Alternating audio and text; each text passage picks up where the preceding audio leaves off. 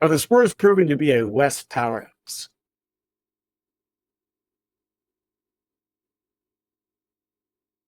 You are Locked On Spurs, your daily San Antonio Spurs podcast, part of the Locked On Podcast Network.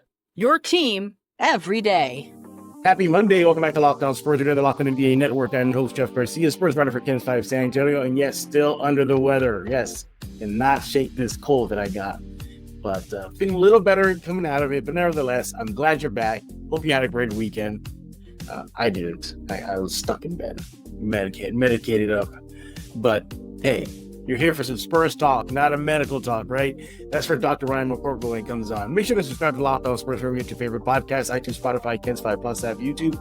You know what to do. Be a subscriber and be an everydayer right here on Locked On Spurs, part of the Locked On Podcast Network. That is the number one sports podcast network right now. What are we talking about today? You see your screen. We're going to be asking the big question of the Spurs already proving to be a West powerhouse. Got a phenomenal record. They're beating teams that they should. You got Wemby. I mean, what more do you need? Well, are they proving that, or is it still way too soon? And then later in the show, we see some Locked On Spurs fan comments. Seriously, guys, you guys are leaving those comments. Keep them coming. We need you throughout the entire season. Let's go to bring in our guest. It wouldn't be a Monday without Matt. He's back for Mondays with Matt Guzman. He's with Spurs on Sports Illustrated. Follow him on X at Matt GZ, man. Matt, welcome back, and still got your designated Monday show with us. I appreciate you having me back, and this time I'm back on video, so I'm happy to be here. Yeah, that's right. Yeah, the last Monday you did, yeah, you were on audio only, yeah, because I think you were still coming back from LA, right? Something like that. Right. So, yeah. And another good thing you're on video too, and not with me. I won't get you sick. That is true. There's that. You know, that's the good side of technology. You know, when somebody is ill like me, you know, keep everybody safe. But Matt, again, thank you for taking time out of your schedule to join us here on Locked On Spurs. Let me fix my mic there, everybody. That might help Matt a little bit too, because having the mic closer to you is always a good thing, Matt. It's always a wonderful thing you should do. Lessons learned, Matt. Lessons learned that I should know already. All right, let's dive into this. Matt, Spurs got a good record. You know, we talked about it. We've talked about it. It's in the intro. They're beating teams they should beat on paper. You know, it's a sign of a good team. You know, taking care of business. You know, you're beating the teams like Brooklyn. You're beating the teams that you should beat. You got several players playing great. Wemby, number one. Castle, phenomenal. The list goes on and on and on. Harrison Barnes, even the vets are stepping up. This team looks like it's complete, even though they were without a few players for a while, like Luke Cornett and Dylan Harper, who's still out as of recording. And, of course, Fox, who's coming back soon. But I bring this up because Draymond Green, a few weeks ago on his show, he talked about who he considers West powerhouses. And he did not list the Spurs. He listed the usual suspects, Denver, OKC, and, of course, he's not going to say his Warriors because he is going to say his Warriors. So he mentioned Golden State. But I got to ask you, Matt, starting off here, is this San Antonio squad proving to be a West powerhouse? Not a West good team, not a West, they might be scary, but yeah, you don't bleep with them. Not right now. I think that's my take is right. This second, no. Mm-hmm. You know, I think what we've seen so far through however many games, you know, the first section of the season is they are as advertised with Victor Wembanyama. You know, they are looking a lot better than they have in each of his last two seasons. Stephon Castle has taken a nice step forward. De'Aaron Fox is coming back and finding his rhythm. Luke Cornett was an amazing pickup. Dylan Harper was well before he got injured. You know, I think what they're proving is that this is a team that has the makings of a powerhouse. Yes. Yeah. You know, because when Victor gets clicking and everybody starts playing around him and everybody starts doing their part, I mean, we've seen now what they can do. I mean, they're number 3 in the West as of this recording. Yeah. You know, with the chance to continue to win. I mean, I've never seen that many greens on the ESPN schedule. Yeah. You know, I guess in a while. It's been quite a while, and so I think, you know, if we're talking about right this second, the Spurs aren't quite up there with Denver and with Oklahoma City. You know, the Warriors haven't been as dynastic as they have been in the past, right? But I think that, you know, they're getting there. And I think that if this team continues to do what it's doing, this could be the year that they turn into that, especially if you're expecting even more from Victor next year too. Yeah, and in a while, I'll give reasons why I think they are a West powerhouse. But to continue on your thought of why they're not right now, I do agree with you in the sense of, hey, you didn't beat Golden State in that first matchup, and you had a lead, and that was a winnable game. And you did a lot of, as Mitch Johnson said, self-inflicted wounds, a sign that a good team would not do. You don't give up how many open looks of 3 to the Warriors, to Steph Curry. You don't blow a double-figure lead. You hold it. And the sign of a good team, a power team, is a team that recognizes that and says, hey, okay, yeah, we're going to bend, but we're not going to break. They broke versus the Warriors. Also, two signs that they're not a power team is, if you look at their wins, excuse me, sorry, but again, I'm still sick. They were blowing, Brooklyn nearly beat them in the home opener. The Nets, all right? But they survived it. They survived a furious comeback from the Raptors. They, just a lot of blown leads. We saw that in the Warriors game, the first game in San Antonio. So, yeah, those are signs that a power team would not do that. An OKC would not do that. A Denver led by Jokic would not do that. And as we saw versus Warriors in that first game, a battle-tested team knows how to come back to win. And that's what the Golden State Warriors did versus San Antonio in round 1. So those are signs that they're still not a power team. Another thing I want to throw in the mix here and get your thoughts on this too is a factor that they're not a power team because they haven't been 100% or at least close to 100% healthy. Because could that change things? You get back a healthy Harper. Does that put a wrinkle in things? Your thoughts?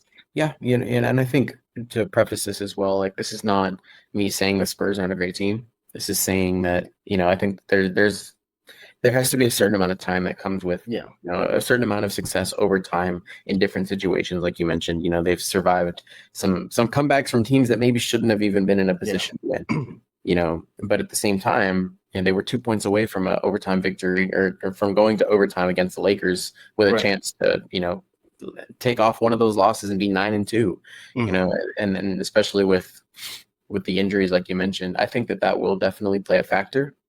Good teams will be able to power through those injuries to guys like Harper, to guys like Luke Cornett, Jeremy Sohan at the begining of the season, and obviously De'Aaron Fox. Good teams will be able to find ways to win even without their guys. And I think that, the Spurs to be 8-3 at this moment, having all the injuries that they've sustained and still be down Dylan Harper, it's a very, very good sign. And I think once everyone does find their stride, then you're going to be looking at a much different team who could be in the mix for one of the West powerhouses, especially if they're halfway through the season still top 5 seed. That's a real conversation to be had. No, yeah, you're right. And another reason why they're maybe not considered a power team yet is because maybe they really haven't paid their dues yet. They started off hot, they continue playing great, but I didn't say it, and Matt, you saw it yourself. Even Victor acknowledged that this has been a soft part of their schedule. He did flat out say that. He said he's aware that they haven't played any of the big boys yet. So there's that. There's a proof that could be, okay, well, Spurs, you are beating the teams, and that's a sign of a good team, but are you a power team by taking on the big boys? We have yet to be seen. And we got close to it versus the Warriors in that first game, and they blew it. So you got to wonder, are they there yet? But is there an argument that they are a current power team in the West? Let's talk about that. Coming up next right here on Locked On Spurs with Matt Guzman with Spurs on Sports Illustrated. All my nights at Matt GZMN.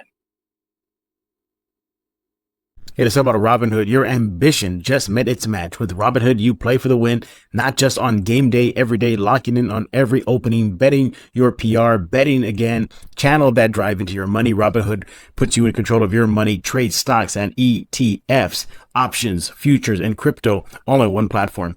You now can build and execute your own trade from a desktop with Robinhood Legends advanced tools, or take advantage of the new Robinhood strategies with a tailored portfolio managed by a team of experts. You expect more from yourself, expect more from your money. Get started today at Robinhood.com/yourmoney. Again, that's Robinhood.com/yourmoney. Your money, your move. Yeah, let's talk about game time. Basketball season is officially here. Nothing beats being in the arena for those opening games. But let's be real. Getting tickets can be a total headache. Between waiting in queues, surprise fees, prices that jump right out before checkout. Hey, it's easy to get frustrated when it's all you want to do is just cheer on your team. That's where Game Time comes in. The app gives fans the advantage. It's your ultimate life hack for scoring amazing NBA tickets, fast, easy, and free. You can use the Game Time app to grab seats for your San Antonio Spurs.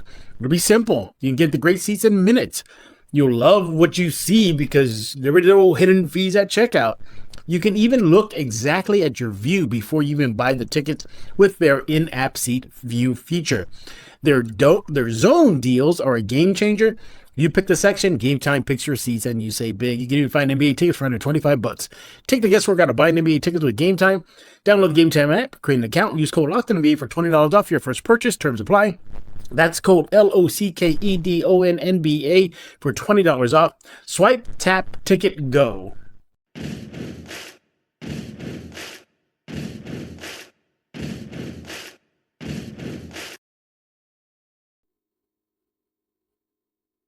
And we're back right here on Locked On Spurs, joined by Matt Guzman. It's Mondays with Matt, as always. Make sure to follow him on X at MattGZMan. He is with Spurs on Sports Illustrated. We're asking the big question here. Is it too soon? Is it too early to say the Spurs are a powerhouse team in the West? Now, we had some points to say why they're not in the opening segment. Now, let's get the argument that maybe they are. And the first one I want to say, Matt, is as of this recording, they're still a top 3 team in the West. In the loaded Western Conference. Number 2, they're the West, it may be deep. It may go, 8, 10 teams deep. But there's kind of feel like there's a little bit of a separation starting already from the big boys or the better teams in the West, and the Spurs are a part of that. It feels like it's Thunder, Nuggets, Spurs, Rockets, and then after that, you're like, are the Clippers ever going to get healthy? Kawhi's out again, shocker. Do you really have faith in Minnesota? Where does Golden State? I mean, is their age going to catch up to them? Should we lump them up there? You start questioning a lot of other teams there. That's where I think maybe the Spurs can use that to their advantage, and by definition, just be a power team in the West. Your thoughts? Absolutely, and I think there's merit to that as well. Like we mentioned, this team goes as Victor goes. Mm-hmm. And so, obviously he struggled in those 2 games where they dropped a pair on the road, and then he kind of found it a little bit, but he's kind of proven right now that he's not going to be 40 points a night every single night. He's going to have his struggles. Yeah. When he struggles, it's going to be on the Spurs to pick up the slack. And we've seen that even in that loss to the Lakers, there were 7 players in double figures. Harrison Barnes scored, Jeremy Sohan scored, Stephon Castle's looked great. Even Devin Vassell has started to find his shot a little bit too. And so this team has the capability to win games when Victor is struggling. Mm-hmm. And obviously struggling looks like 15 points and 8 rebounds. Yeah, right. Good point. Yeah. 20 and 10. Oh no. Exactly. Right. That's something that they're going to continue to manage. And so even when Victor isn't going crazy, this team has to be able to find ways to win. And, they've looked pretty decent. Like we mentioned, they were 2 points away from overtime in LA. They had a lead over the Warriors, only lost by 5.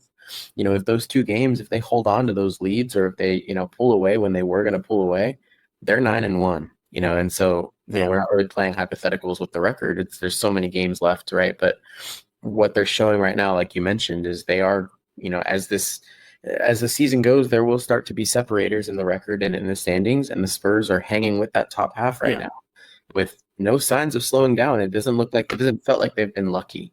It feels like they've looked a lot better because Victor is a lot better and because the team is a lot better around him. Yeah. Another reason why I think they are a really solid power team in the West is, sure, they dropped one to the Warriors, a game that was winnable, and I still feel they should have won that game.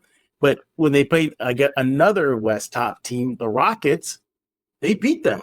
That was a game that many penciled on their calendar saying, yeah, Spurs, you may start off hot, but Houston may be the one to give you that first L or give you some fits and maybe, pick up a loss. And it was the opposite. Ime Udoka said, hey, that Spurs team punked us. They did the punking. And the Spurs, what I liked about that Houston game was they were hanging tough. They were their mettle was tested. They took a punch in the face, they punched back. That to me is a sign of a really good, solid team in the West. I like that kind of win. And that's why I feel like, right now we're seeing a lot of good signs, great signs that this team is one of the best in the West, even though Draymond doesn't consider them yet. At least he didn't add them in his list of power teams. But they're making a strong case that maybe not right now, But fast forward maybe 2-3 months from now, they could be in a conversation. Are you seeing that maybe the beginning stages of a team that is a legit threat in the West, maybe in the short term, in a couple months? Absolutely. Like I was saying a second ago, like we don't really with all 10 to 11 games each team has played, you can't really sit there and make definitive conclusions, but you can see trends. And the trend right now is the Spurs are winning games that they're supposed to be winning, and they're either winning against teams like the Rockets or they're coming close. And this is a young team that is still learning to play with each other, especially with the injuries, right? We're still in the very early stages of the season. And so, a lot of these guys are still learning, what it's going to look like to be consistent through 48 minutes. They've been preaching that the last couple of games.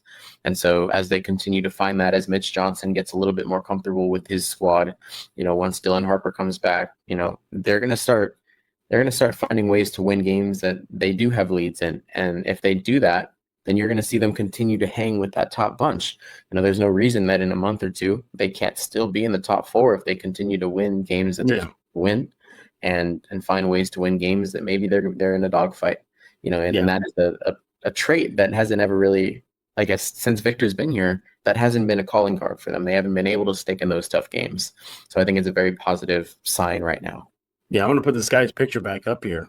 That guy, number 4, I think when he gets going, then watch out. What did he say? He's good at basketball? Is that what he told us? Yeah, he said he's good at basketball, but he also is aware that he's coming in a little later in this. Well, not late, but a little delayed to the start of the season.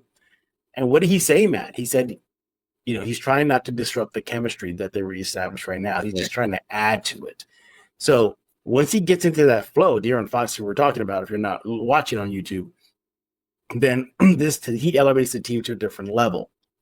He's, not bad for his first game back. He had like 20-something points in his return against the Pelicans. Follow that up again with another 20 point. Yeah, maybe a game that he'll like to forget about versus the Warriors. But nevertheless, he's still a very, very big piece to this big puzzle in San Antonio. And once he gets cranking and going, I think that just pushes the team to the upper crust of the Western Conference. Sure, I cannot wait till they play OKC. I can't wait till they play Denver. I can't wait to get another shot at the Rockets. And I think that's where we'll see. But, again, a sign of a good, solid team is that they beat the teams they should be. They protect home court, and they have. They only lost 1 home game so far as of this recording. So you put it all together. Maybe the title of the show, Matt, should be, do the Spurs have the makings of a power team in the West as soon as this season? And if we're going to answer that question, I'm with you, Matt. I think they are. I think at the end of the day, barring injury, everybody, of course, barring injury, that is huge. If Victor goes down again, well, that changes everything. But barring that, man, should we elevate the expectations to top 4 seed in the playoffs? Are we there yet, or we still got to pump the brakes? That's a really good question, actually. Because I think I would have told you even after 5-0, no, we're not doing there. But they've looked very solid, and obviously Fox is just now coming back. So as he gets comfortable, they're going to look even better. And I think that will be a fair question to answer maybe in a month or two. I think that's where we kind of reevaluate the expectations. I mean, obviously theirs are the same internally, right? But from an outside perspective, I think there would be a conversation to be had in a month or two if they're still hanging around the top 3, top 4, that they could make a solid push to be, their goal should be, okay, we're not even worried about making a top 6 seed. Like, we are going to be in the playoffs. We're not even going to be on that line of top 6 versus play-in. Yeah. Excuse me, everybody.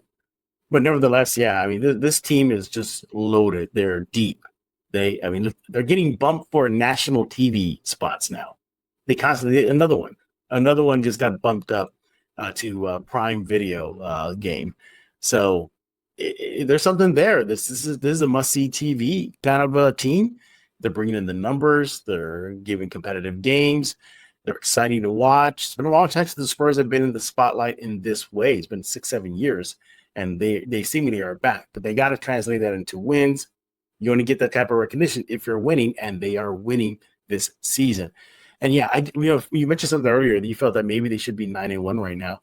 I look back at one of the pre-season Locked On Spurs, and I had predicted the Spurs to be 10-0 to start the season. And say, there's no way he should be losing to the Warriors. There's no way. And then, hey, season happens. I get it. You have bad games, but move on. And speaking of bad games, De'Aaron Fox has that one bad game so far since his return, and Spurs fans are already bagging on him. Can you believe that, Matt?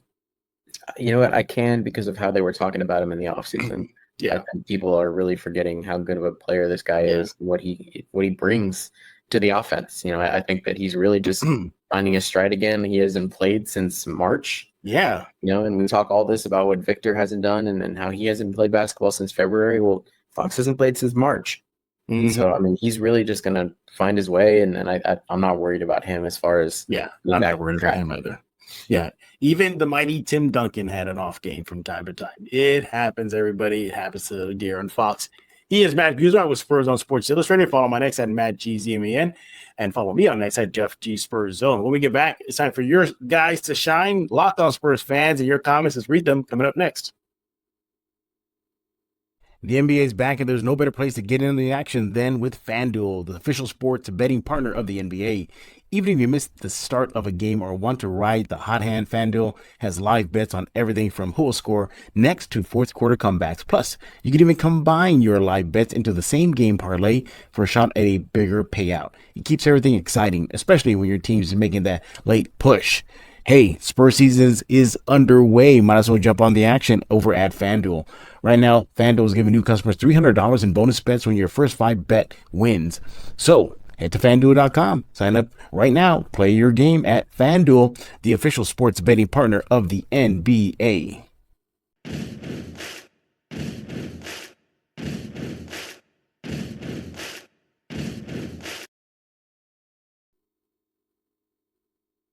And we're back right here on Locked On Spurs, joined by Matt Guzman, because it's a Monday, so we got to have Matt on. Get it? Mondays with Matt right here on Locked On Spurs. He's with Spurs on Sports. So let's read more of that in a few minutes. Locked On Spurs fans, it's your turn to take the spotlight. Let's pick 2 comments and react to them. Matt, here we go. The first one is from Anthony Ramos 361. He says, Castle Wemby is the right answer. Fox better shape up this season or bye-bye next year. That's definitely a topic we're going to explore here on Locked On Spurs. And I've been saying it as more like, well, is it really the Wemby Castle show, not the Wemby Fox show as many thought it was? And so far this season, it has been Wemby Castle. But you also got to consider, he's gotten more time with Wemby. He's played longer with Wemby. Fox was hurt to start the season. It was revealed via ESPN that Wemby and Castle spent time together in the offseason, training together. Fox hasn't had that time with Wemby. But is Castle Wemby the right answer? Matt, what do you think? I think it's one of those things that we've talked about in the offseason, right? Like, there isn't really a wrong or right. So they're all going to be yes. Fox and Victor, yes. Castle and Victor, yes. Dylan, Harper and Victor, yes. All 3 of those guys have potential to be a very strong running mate for somebody like Victor Wembanyama. And, with Fox's injury, it was Castle who had to step up, especially when Dylan Harper also went down. He had those turnovers, but he also had a crazy assist total. He's really passing the ball, he's working on his facilitation, working on being a lead guard. And right now, it seems like he's taking the lead there, but, as Fox kind of comes back and gets back into his rhythm, it might be Fox again. When Dylan comes back, maybe it's going to be Dylan again, and then Castle will take another turn. That's the exact reason that this team wasn't shying away from having, I think they said, too many good players. They weren't shying away from this point guard logjam because they wanted to see what they were capable of. And so the answer is yes. To Castle and Victor, they look great right now. That is a duo that's really put together some good chemistry, that's really put in the work. Watch the film. I still love that you can hear it on the broadcast, that first backwards behind the head alley-oop that he had to Victor against the Mavs. You could hear him say, rim, Vic, rim, rim, rim. And Victor knew exactly what to do. And I think that's something that all 3 of these guards are capable of. And right now that's Castle, and that's great. Yeah, exactly. Yeah. Again, as we mentioned in the second segment, wait till Fox gets his legs under him and really gets more familiar with number 1. And we'll see what that happens. But it's a good point. Yeah, we're definitely going to explore that in the future episode of Locked On Spurs. I just contend we just need more of a larger sample size, because you look at the the two-man pairings on any stat website like Wemby Castle, Wemby Fox, it skews highly towards Wemby Castle because they got more minutes together. Right. This season, Fox has only had maybe a handful of minutes. So you got to wait till it kind of evens out as best it can. All right. The next comment is about Castle as well. This is from Ryan Ruppel, 3861. He says, if Castle had a big jump in his three-point shot, wouldn't that just make it easier to play them on the court together? One of the biggest problems is that Harper, Castle are all below average three-point shooters. If either Castle or Fox is an elite shooter, it will create the space needed for both to operate. Well, Castle has been very focused on his outside shot. We saw that this past offseason. He was sharing videos of him in the gym. I believe, Matt, you explored that a little bit more on Spurs on Sports Illustrated. But still has yet to translate. If you're going to pick a flaw in Castle's game, it's his three-shot. So, yeah, I mean, that'd be great if he can do that with a three-shot or just a long-distance shot that's reliable and he's confident in. And that, to me, Matt, if Castle were to do that, that changes so much for this guard lineup. Because it doesn't make Fox maybe down the road expendable. What do you think? Yeah, and I think we've actually talked about this exact thing is what in the future down the road it's going to look like. Obviously, the Spurs committed to 4 years of De'Aaron Fox. They've committed to a couple more years of team options before they extend Castle, and I think that there's going to be a lot of telling factors as far as which one of them becomes a stronger piece to the offense. And right now, there's no, Fox is going to be that second man for sure right now. Because he has the all-star on his resume. He has more experience. He can prove to be one of the quickest point guards around, and so it definitely would, to the comments point, like we talked about, it would change things if Castle or Dylan Harper, for that matter, became a proficient three-point shooter, because it would allow them to kind of fill a different kind of role. But, I mean, the Spurs are already stocking up on three-point shooters as is with Lindy and Julian. And I think that that's something that, I think I said this before. I don't think Castle is needed to be a three-point sharpshooter. And so the answer is yes, it would change things, but that's not really what they're counting on. I don't think they're looking at it saying, oh, we really need Castle to start shooting threes so we can play him with De'Aaron Fox. They're going to play them as is and just kind of adapt to a different piece of offense that will make that group hum. Yeah, exactly. And, if you look at all three of them, you definitely look at more time to develop a long distance shot. Again, if we're not expecting Castle or Harper to become the next Steph Curry, that ain't going to happen. All right. That's not going to happen.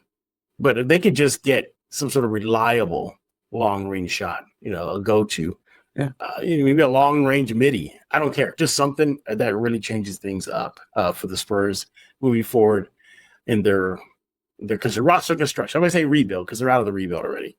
But you got to keep that in mind, At that point, who would you rather invest more money in? More money in Fox or put it all in Castle or Harper? So there you have it. All right. He is Matt Guzman. Oh, real quick, by the way, thank you everybody for leaving those comments. We appreciate it. And again, he is Matt Guzman with Spurs on Sports Illustrated. Matt, what are you working on in your neck of the woods?